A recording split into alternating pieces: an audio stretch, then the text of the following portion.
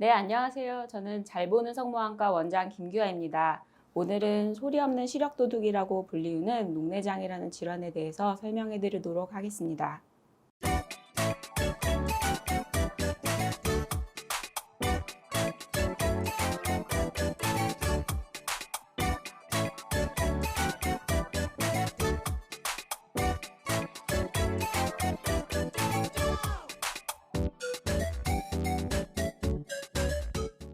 녹내장은 눈알과 머리를 연결하는 시신경이 만성적으로 손상되는 질환이고요.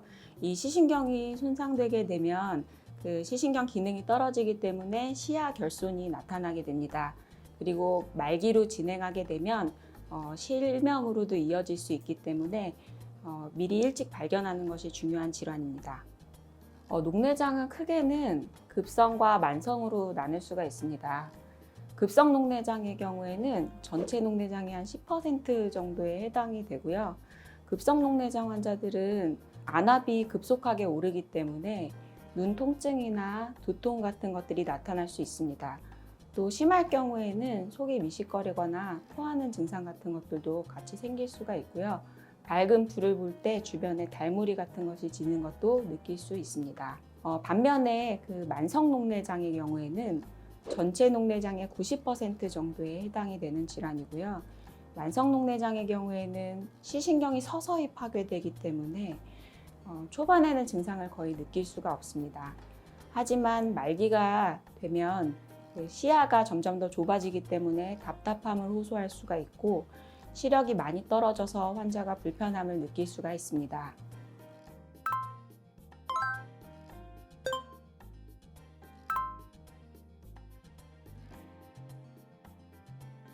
녹내장은 진단하기 위해서는 먼저 정기적인 안압 검사가 필요할 수가 있고요. 그 눈 안에 있는 시신경 모양을 보기 위해서는 안저 검사가 필요할 수 있습니다. 또 시신경이 기능이 떨어졌는지 보기 위해서는 시야 검사가 필요할 수 있는데 이 앞서 말씀드린 검사들을 한 번 하는 것이 아니라 간격을 두고 주기적으로 검사하면서 시신경이 나빠지는지 검진을 하셔야 합니다. 녹내장은 치료가 크게 세 가지로 나눌 수 있는데요. 이제 하나는 약물 치료고, 두 번째는 레이저 치료고, 이제 세 번째는 수술적 치료가 있을 수가 있습니다. 근데 이제 대부분의 녹내장들은요, 약물 치료로 이제 조절이 된다고 보시면 됩니다. 그래서 약물을 쓰면서 적정한 안압을 유지하는지 보게 되는데, 필요에 따라서는 이제 한 가지 약물만이 아니라 두세 가지 약을 같이 쓰셔야 할 수도 있어요.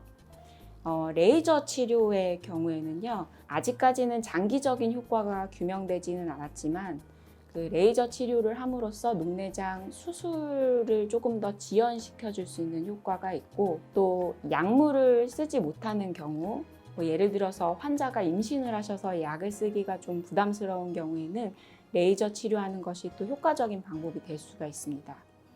세 번째로는 이제 수술적 치료인데요. 수술적 치료는 이 앞서 말씀드린 두 가지 치료가 이제 효과적이지 않을 때, 그 두 가지 치료로도 안압이 잘 조절되지 않을 때 수술적 치료를 마지막 방법으로 고려하게 됩니다.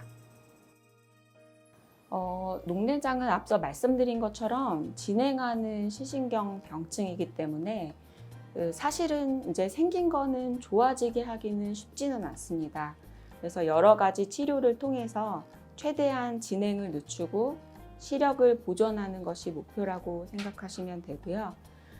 그렇기 때문에 이제 주기적인 검사들을 통해서 앞서 말씀드린 치료들로 안압이 잘 조절되고 있는지, 또 안압이 잘 조절될 때 정말 녹내장이 진행하지 않는지 꾸준하게 관리하는 것이 녹내장 치료에 가장 중요하다고 할 수 있겠습니다.